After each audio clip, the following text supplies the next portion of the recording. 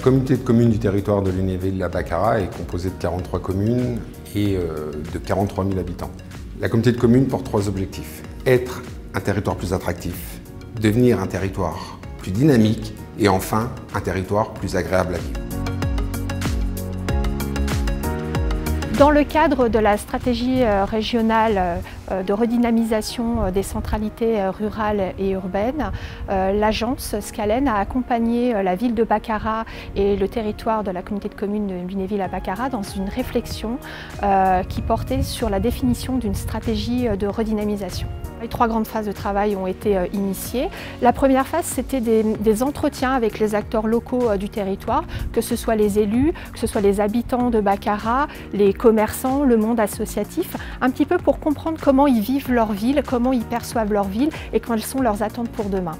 Ensuite, il y a une deuxième phase de travail qui est là, une phase qui est beaucoup plus technique, qui est réservée à l'agence Scalen et aux collaborateurs. C'est une phase de repérage sur le terrain des différentes problématiques que l'on peut rencontrer en cœur de ville.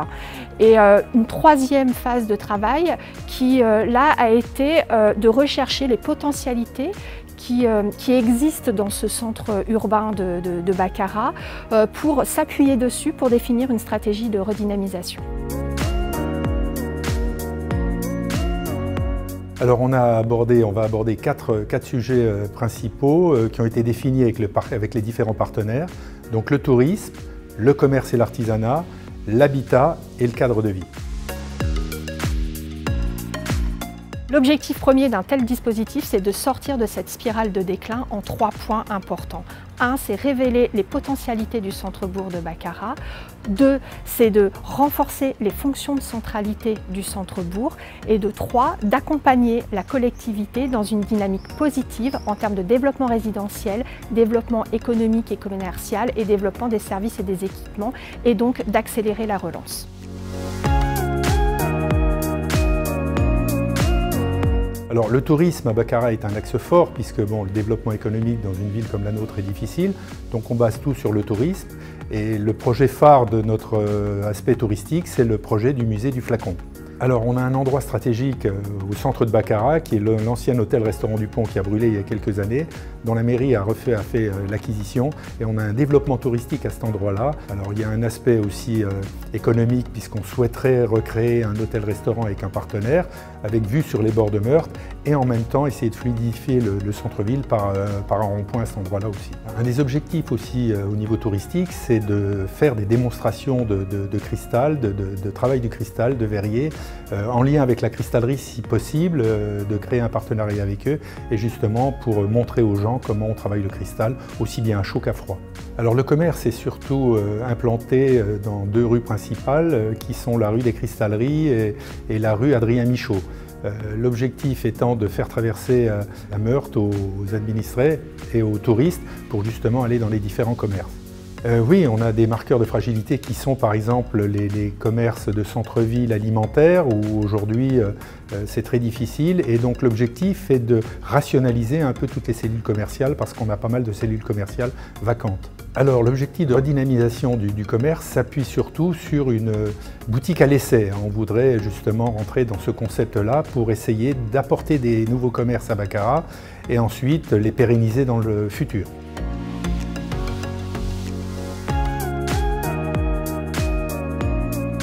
Ici, on est au cœur historique de Baccarat. C'est là que Baccarat est né en 1291. L'habitat de Baccarat est ancien. La moitié des logements, ou à peu près, datent d'avant 1945. Et une grande partie est vacante. La lutte contre la vacance est une des priorités parce que si on veut vraiment améliorer l'attractivité patrimoniale et résidentielle, si on veut ramener des gens à l'intérieur de Baccarat, la première chose qu'on a à faire, c'est d'aider à améliorer l'habitat, le rendre vraiment adapté aux pratiques et à la vie actuelle.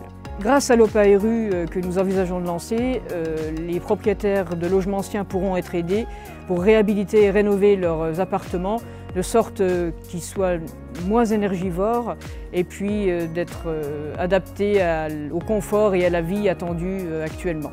L'attractivité de Baccarat, c'est aussi pouvoir y venir, mais aussi pouvoir en sortir. Donc à Baccarat, on a une gare qui est une gare de rabattement. L'espace complet de la gare vient d'être réhabilité grâce au pays lunévillois. À l'intérieur même de Baccarat, il y a toujours un enjeu entre les deux rives, la rive droite et la rive gauche, et une grosse question sur le déplacement d'une rive à l'autre, avec un grand flux de voitures et un transit de camions qui la traverse et qui est une des problématiques à laquelle vraiment il faut s'affronter. Notre ambition, ce qu'on voudrait mettre en œuvre, ce serait d'abord faire de Baccarat vraiment une ville où il fait toujours bon vivre, avec à la disposition des habitants et de ses résidents l'ensemble des services et des moyens qu'ils attendent. Le deuxième aspect, le deuxième volet, ce serait vraiment développer l'attractivité de Baccarat pour faire découvrir et donner envie de venir habiter dans cette ville.